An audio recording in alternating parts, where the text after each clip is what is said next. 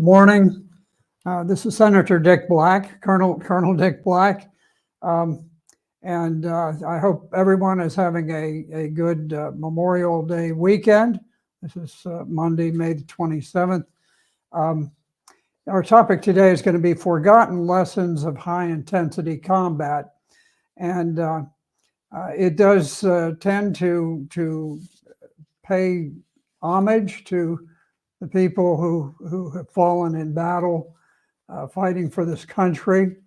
As you know, I tend to be very reluctant to support some of the wars that we fight, but I certainly, in every instance, support the servicemen and the women who serve this country, because typically when people go off to war, they don't go with a political mindset.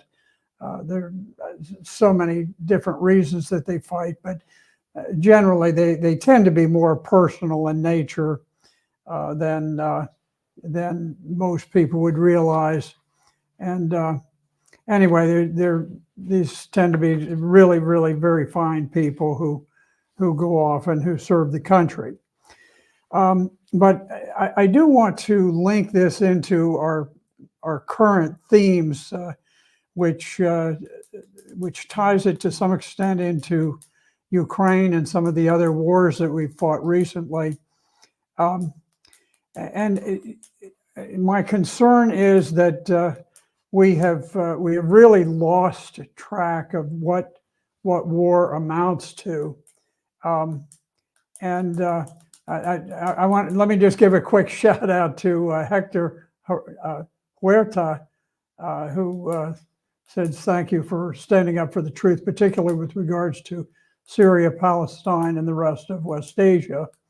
I have certainly been on the battlefront, not fighting in Syria, but very close to it, to where I've had very heavily armed groups that were escorting me from place to place, and certainly believe very strongly in the righteousness of the Syrian cause, as people in the State Department have worked tirelessly to support Al-Qaeda and the other terrorist groups that have tried to overthrow the legitimate government of Syria. So thank you, Hector, for your comment.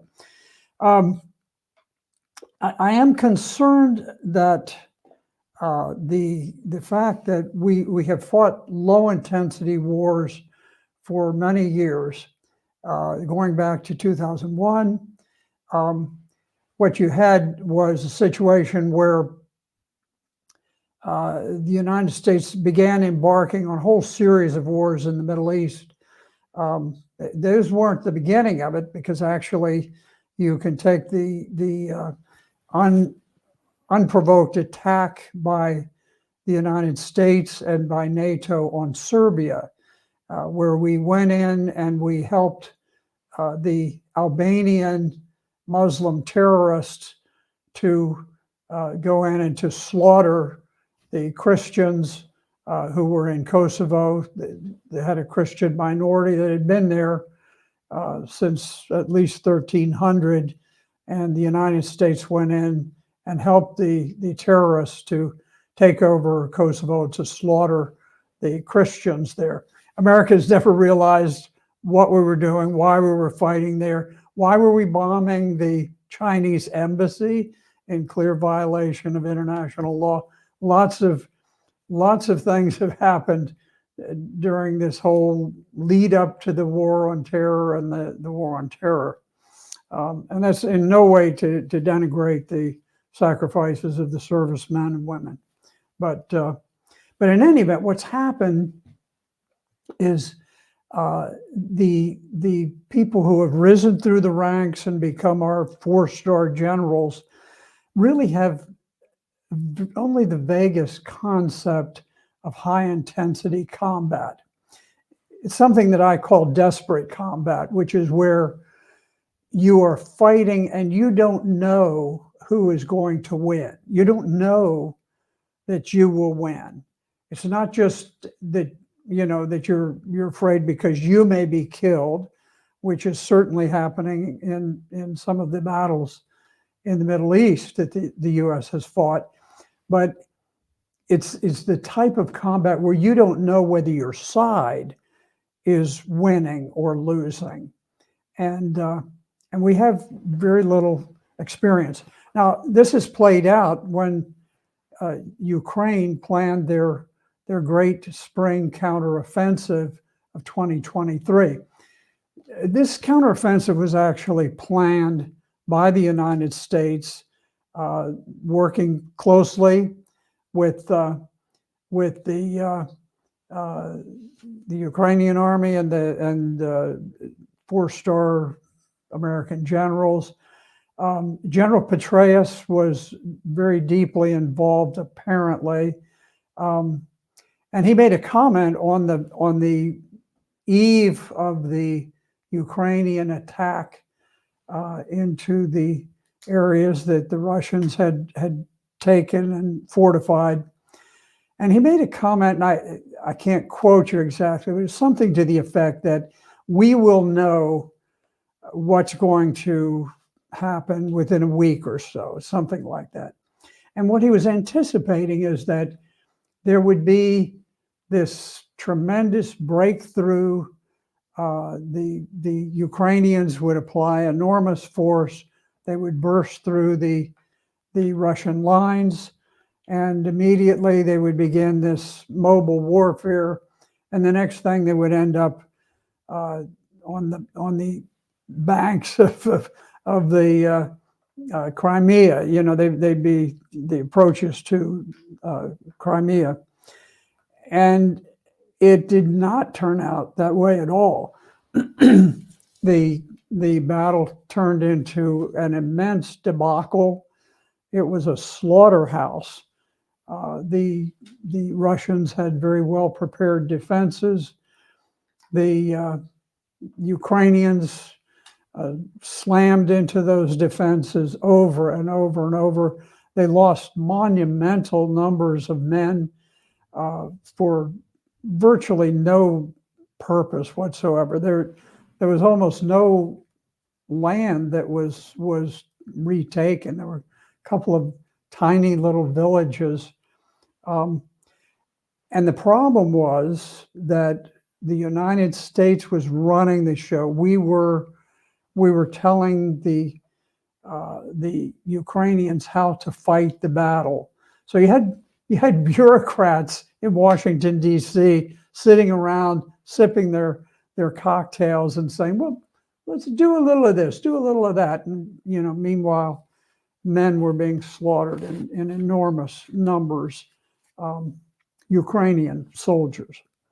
Now, so what I want to do, I want to just go back a little bit. I want to try to capture for you a time of very intense combat, high intensity combat in Vietnam. Vietnam was the last time we've experienced high intensity combat, and not everybody did. There were certain units. They talk about the tip of the spear, and the Marine divisions certainly experienced high intensity combat. The 101st Air Assault Division was another one with the great battle that they had for Hamburger Hill. My snake hunting buddy, Marty Martins, was a man from the 101st Airborne, and he never actually was sent. He was present at Hamburger Hill, and he was in reserve, and they never deployed the reserves. But he certainly he'd have been a great soldier there. He was a lifelong herpetologist, professional herpetologist, and he and I would go snake hunting, and we found enormous numbers of timber rattlesnakes. Found 63 in a single day when we first started off. And then unfortunately, last year in August, when it came time for us to go, I went to contact him and found that he had been bitten by a timber rattlesnake, a very large one, and it killed him. But he was a great soldier, and when we'd go up in the mountains together, it was kind of the man from the 101st Airborne leading along the Marine, and I didn't want him to outshine me too badly, but I'll tell you, he was like a mountain goat. I was always huffing and puffing behind Marty Martins, and so God bless him. I hope his soul rests in peace. He was a great man. But anyway, so what I want to do, I want to try to capture sort of the atmosphere a little bit, and I can't do it well. It's one of these things, but let me just. I'm going to rely a little bit on a great little book. It's called Road of 10,000 Pains: The Destruction of the 2nd NVA Division by the U.S. Marines, 1967. And it's by a very fine author, Otto Lyric, who is a friend. And I happen to have the book here. And it's very, very well done. So I'm just going to give you little excerpts from it because I don't have the time to go through much. On April 21st, 1967, Foxtrot Company, 2nd Battalion, 1st Marines, clashed with the battalion of the 2nd NVA Division in the Quezon Valley, a fight that ignited a 7-month campaign for control of the area. On the Allied side was the 1st Marine Division, heir to the most glorious history in the Corps, including the battle at Guadalcanal and the battle for Peleliu and Okinawa. Between April and November of 67, over 900 Marines and corpsmen and over 6,000 of the enemy would perish in the Quezon Valley campaign. More than in any other piece of real estate in the entire Vietnam War. More were lost here than at Quezon, Hue, or Con Thien. 5 Marines and 1 Navy chaplain were awarded the Medal of Honor, all of them posthumously. I served with Fox Company 1st Marines, which began that battle. And our company, I was the forward air controller, calling airstrikes, and throughout the night, all air in the northern part of South Vietnam was concentrated on this single battle. And at times I counted 40 jet aircraft at various levels that I would stack them over the battlefield. And they would call in and they'd say, "Hey, this is Starlight. We're flight of 4 F-4 Phantoms. We're running low on fuel. You got 10 minutes. If we can't get in by then, we got to fly back." And I'd say, "Roger, you're going to be next out of the stacks. Switch on your intervalometers and salvo everything on your first pass," because we didn't have time for them to loiter over the battlefield. And what the intervalometer did is, in sequence, it would drop 2 bombs, and it would do it like boop, boop, boop, boop, boop, and it would just lay out a string of bombs that would go for 1 or 2 football fields, and you would have 4 jets coming in one after the other doing that, and very, very powerful weapon. And this was happening all through the night as I was calling the airstrikes in. Now, just some other little excerpts from this from the story here. The machine guns sliced through the formation of Marines like a scythe, leaving a windrow of dead and wounded Marines, a grotesque formation the violently dead in postures impossible in life, the wounded silent, sobbing or screaming, each alone and desperate within his own skin. Their Lieutenant James Shelton down, his head caved in by a bullet, his thigh blown out. Shelton was hit almost immediately. We had Marines down, and about eight of them made it back to the rice paddy dike. Of the 31 in the front of us, there was no way to know how many were killed or wounded and how many remained alive. Bullets cut down PFC Holtzclaw at once. Jackson and Matthews picked him up and were carrying him to the cover of a rice paddy dike when he was shot a second time. They lowered him to the ground and yelled, "Corpsman up." Doc Jeffrey Boughton ran over amidst the fire, kneeled down beside Holtzclaw, shook his head and said, "There's nothing we can do." Then Doc Bolton rose up and the NVA shot him down too. Fox Company 1st Marines launched what amounted to very much a sort of a Pickett's charge type of an assault across an open rice paddy. There was a heavy reinforced elite battalion of North Vietnamese. This was from the 2nd North Vietnamese Division, and they had laid a very careful trap, and they simply annihilated the 3rd platoon as it went across. And then other elements of the Marines tried to attack, and they were torn to pieces also. The company commander, Captain Gene Deegan, was shot through the liver. He continued to command the forces, even though many people thought he was mortally wounded. He survived and is alive today. But in any event, there were dead and wounded all over. The entire company was devastated, and in fact, there were roughly 120 men who came down off the ridge line, which was our defensive position, a ridge called Nui Lak San, went down into the battlefield, and of those 120 men, 33 were killed. 81 were wounded, which left a 95 casualty rate. And it's always intriguing during reunions when we find somebody who survived, because everyone on that battlefield was a hero. And somehow it was just fate that there were a sprinkling of individuals.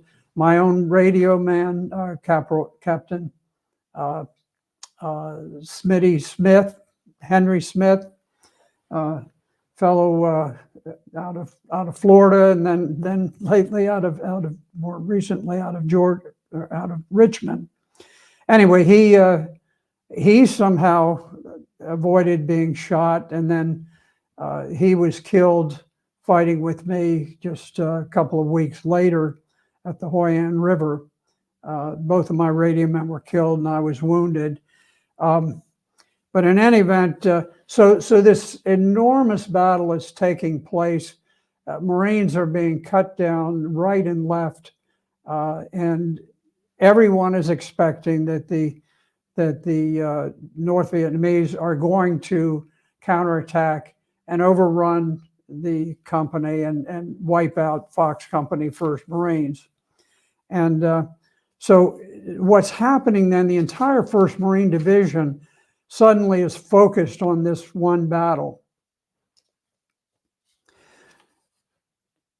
Someone yelled, "Go get the CO, we're on a bald eagle reaction force."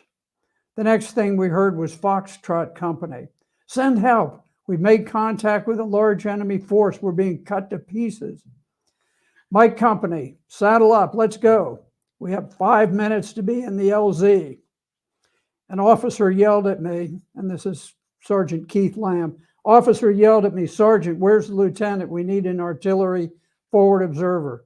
"Sir, he went to Da Nang." "Okay, you'll do. Get your gear, radio, and head for the LZ." So all of a sudden, The sergeant has taken the place of a lieutenant. A Lieutenant Frank Teague, platoon commander of Mike Company, 3rd Battalion, 1st Marines, comments. He says, I was sitting in a hooch reading a book when I got the word to see the company commander, Captain Bill Wood. He said, a company from 2-1 is missing. We lost contact with them. We looked at each other like, what do you mean missing? He said they were in 2-1's TAOR. We don't have any maps to this area, and we're going to find them. We'll go in first, and then India Company will come in with the battalion command post. We'll get to the LZ. We'll send the 3 platoons out on compass bearing. Here was the reaction force to come in and to try to rescue Fox Company. They didn't have maps. They didn't know where they were. They were scattered around the battlefield. And here was this organization from my company, 3-1, and they were going to go in without maps, without knowing where these were, and just simply send 3 platoons out in different directions looking for them. The helicopters landed and throbbed with impatience as the Marines formed single lines, ducked to run under their blades, and boarded. Helicopter crewmen aboard the choppers solemnly stood by their machine guns at the ready. A Lance Corporal Jim Mullins says, the door gunner began firing, and the guy next to him said, what do you see? What do you see? He said, I see a platoon of NVA in the open. I crossed myself and did an act of contrition. Lieutenant Bishop was right across from me, and his eyes got big as saucers. Sergeant Keith Lamb says, we knew we were going into a hot LZ. The moment came. No one hesitated. We were lying in rice stubble as the helicopters sped away from the rice paddies. Everyone seemed to be firing. Bullets were coming from everywhere. More choppers were coming, so we made our way to a hedgerow at the edge of a wooded area. It's a village. A few Marines were hit and pulled to cover by their buddies. Everything was very confusing. It seemed as if everyone all around me was firing in every direction. We moved out, and as I ran down the trail through the village, I saw wounded men everywhere. I reached a wall made of earth and logs. There was a low spot between it, and the hedgerow filled with dead and wounded. One man shot in the crotch was lying there sobbing. I got the radio working and tried to check the location of our troops. Each element of the group I contacted reported heavy casualties. No one knew for sure where they were. Sergeant Samaniego got shot right next to me. I got more information, called in another artillery mission. The first medevac chopper got shot out of the air. Sergeant Samaniego got hit again. The place smelled like a slaughterhouse. Flies covered the wounded, and the ground everywhere was soaked with blood. Off to the west, I saw another attempt to evacuate the wounded. 4 Marines rushed out with a man on a stretcher before they were shot down and became casualties themselves. Explosions start. God, we're being mortared. The helicopter slowly lifted off, and at about 20 feet off the ground, the Marine who was on the stretcher in the helicopter fell out and tumbled down to the rice field. A corpsman who was on the helicopter heroically jumped out of the 20-foot-high bird and dragged the wounded Marine towards the Marine lines. And then that corpsman was hit. He staggered towards the lines before he collapsed. In a torrent of lightning-bright flashes and ear-popping thunder, a dozen mortar rounds shattered among them, killing or wounding all but 2 of the 12 Marines in the command group. A large piece of shrapnel hit Lieutenant Colonel Diatley in the temple and stuck out of his forehead. Wood thought for sure the colonel was dead. Incredibly, the colonel got back on his feet, refused medical attention, and continued to command the battalion. Now, as all of this is going on, there are Marines all over the battlefield. By now, they're in small groups, and they're fighting for everything that they can do to just stave off the enemy, and they're taking a toll of the enemy forces at the same time. Now, I was I was involved in the battle, and it's rather complex because I was first doing it as a helicopter pilot. Then I flew in with India Company to attempt to get into the assault. I was on the helicopter. By then it was dark. There was anti-aircraft fire going up between the helicopters, trying to knock them down. And I had just gotten into my flight suit, and then I ran out onto the airfield, and I joined the company in the attack. So I had nothing except a .45 caliber pistol, and the crew chief came over to me in the darkness of the H-46 helicopter. All of the other Marines in there are carrying heavy equipment. They've got on flak vests, helmets, and so forth. And the crew chief looked at me, and he yelled over the rotor noise. He said, "Lieutenant," he said, "are you going into Nui Laksan?" I said, "Yes." He turned around, he goes off in the darkness, and he's rummaging around in a foot locker. He came back over, and he said, "Here, sir." He says, "You're going to need these more than I will." And he gave me an M79 grenade launcher and put 2 bandoliers of grenades around my neck. And I said, "Thanks, I appreciate it." But in any event, I was ready to go into the assault with India Company, and there was such heavy fire on the ground that they couldn't get in, so they landed at the base of the ridge line at Nui Laksan. I climbed to the top where I could look down on the battlefield and called airstrikes all night. And then in the morning, I joined 1st Battalion, 1st Marines, whose scout platoon they were the first to go in and to make contact with parts of Fox Company. And I worked at gathering the dead and then reorganizing the company over the coming days to do battle. But in any event, in the course of all of this, as Fox Company is withdrawn from the battle, I was helping along with Lieutenant Mike Hayes, later Brigadier General Hayes, and the two of us. He was an artilleryman, I was a pilot, and we were reorganizing the company to prepare for what we anticipated would be an attack on the ridge line.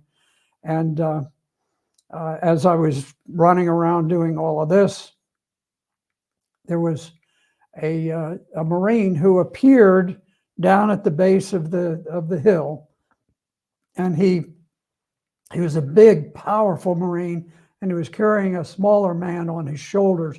So I went down there. A couple of other Marines joined me,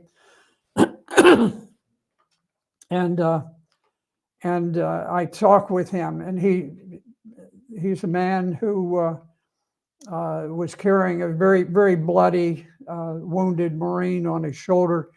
He had made his way off the battlefield. It had taken him a couple of days to escape. And he was carrying 2 M16 rifles, one in either hand, with the Marine on his back. And across his arms was a belt-fed Chicom machine gun. And he described for me what had happened, that he and his friend were cut off out in the rice paddies during the battle. They couldn't detect where there were other Marines around, and they eventually decided they would make their way back to Nui Laksan, which was our base of operations. And so as nightfall came, they snuck out, and this fellow who was very big and powerful put the injured Marine on his back, took the two M16 rifles, one in either hand, and began trudging his way through a trail. And when he did, he came to a bend in the trail, and there was a North Vietnamese machine gun nest facing him, but it was pitch black. And fortunately, the gunner, the communist gunner, was taking a drag on a cigarette, and this tiny little glow then brightened and then dimmed, and he knew what it was. And so he put the Marine on his shoulders down, and he attacked forward, firing both of the M16 simultaneously, and killed the man who was operating the machine gun nest. And like any good Marine, he didn't want to give up his war souvenir, and he captured the machine gun and made his way back. I didn't realize there was anybody who knew of this incident except for me, but at a recent reunion, when I described the situation, others knew all about him. They said it was a man named Buffalo. They called him Buffalo because he was so big-chested and powerful, and he certainly needed to be that day. There was a saying in the Marine Corps, every man an infantryman, and we took it very seriously in those days. A helicopter came in and flew reinforcements to replace all the dead and wounded, which was most everyone. And I organized the incoming people together with a fellow Sergeant Tierhorst and Lieutenant Mike Hayes. And one of the people that came in, most of them were Marine Corps military policemen and truck drivers. And then there was one man with a very strange MOS, and it turns out he was a Marine Corps tuba player from 8th and I. And he had come over to Vietnam. He ended up being assigned to Graves Registration Platoon. And I asked him, I said, well, how in the world did you get out to Nui Loc Son, which was the most dangerous place in Vietnam? And he said, well, sir, he said, he described his time with the Marine Corps band. And then he said, well, he said, I was working in the morgue with all of the bodies, and there were lots of them. There were hundreds and hundreds of bodies in there at any time. And he said, I got out on the porch to warm up, sitting out on a rocking chair, just trying to get warm in the sun. And he said, all of a sudden, a Jeep pulled up with 2 Marines in it. And one of them had a bullhorn, and he yelled out on the bullhorn, Fox Company's been hit. If you want to fight, get in the Jeep.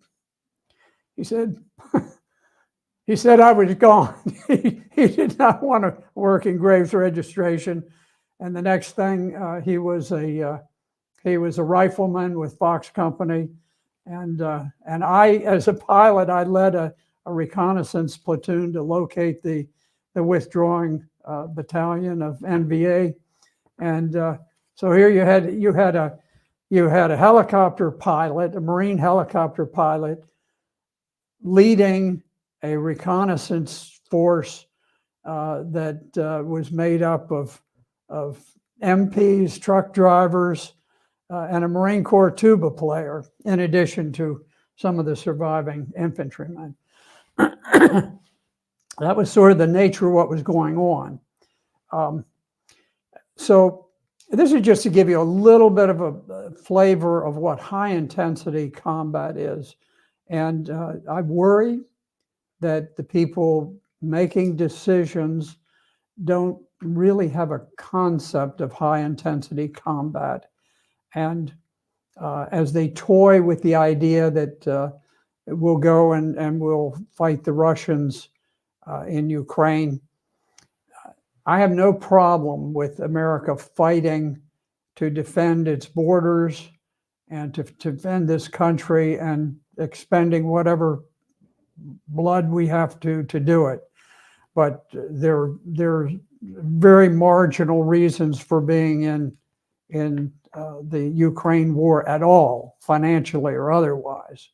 And so I worry that we're about to be suckered into major wars against Russia, against China, without any concept of what we are facing. I want to touch on just one thing before we wrap up. The fact that we have all of these generals who have relatively little high-intensity combat experience.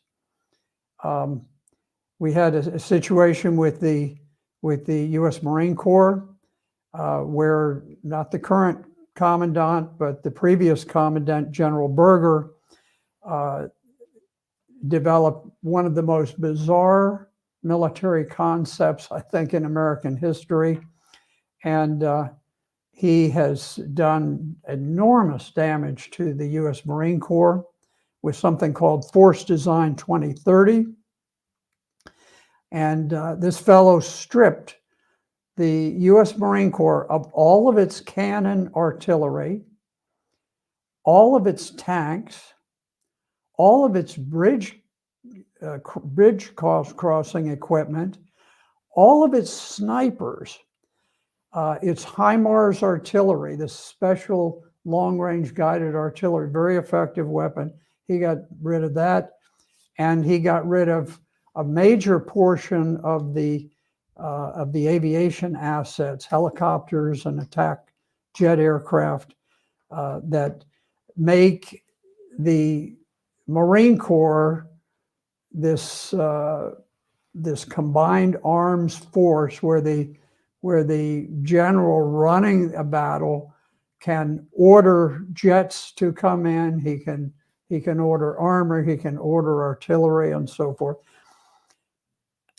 This General Berger has been opposed in what he did by every single former commandant of the Marine Corps, all of the living ones, and a slew of 3- and 4-star generals, many of them viewed as iconic heroes of the Corps.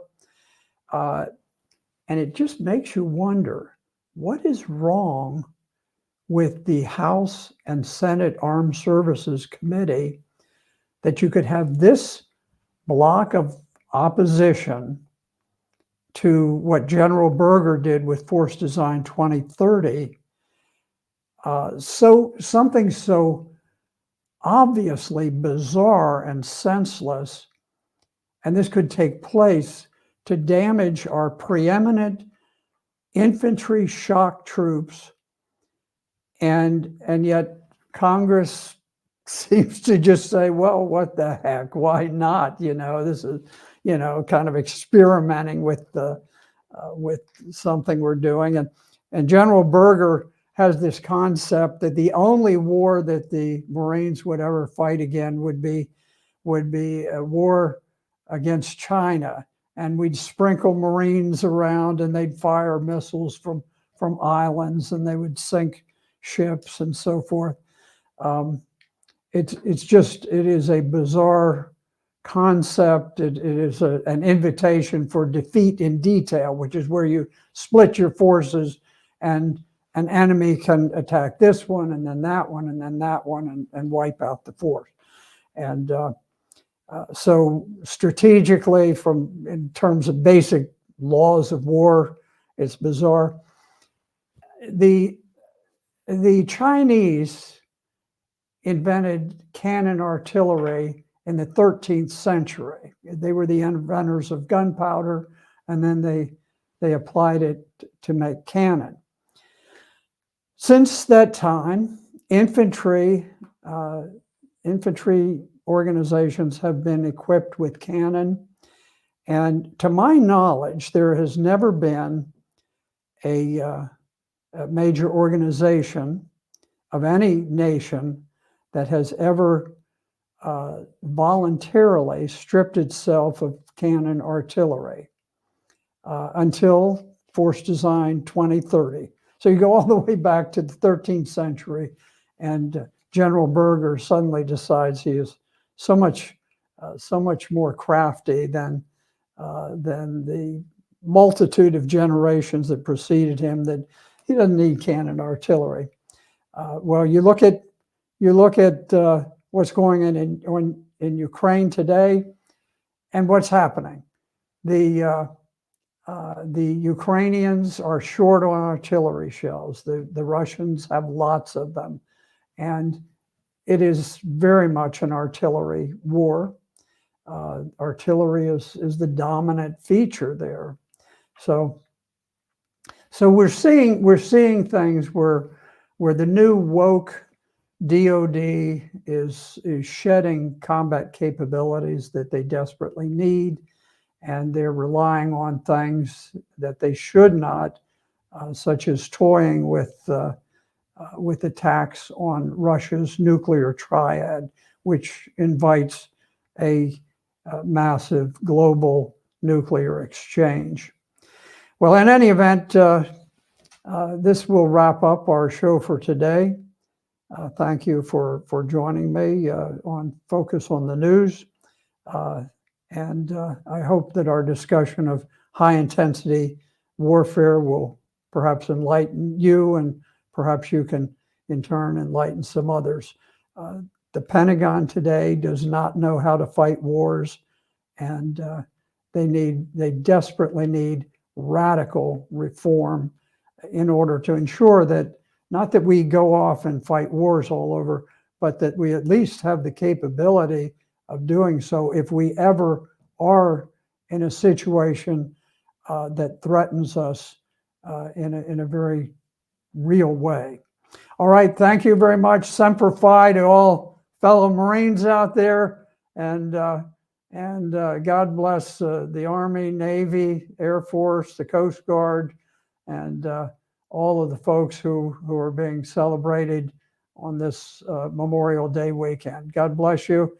We'll be back next Monday. This is Senator Dick Black, Focus on the News.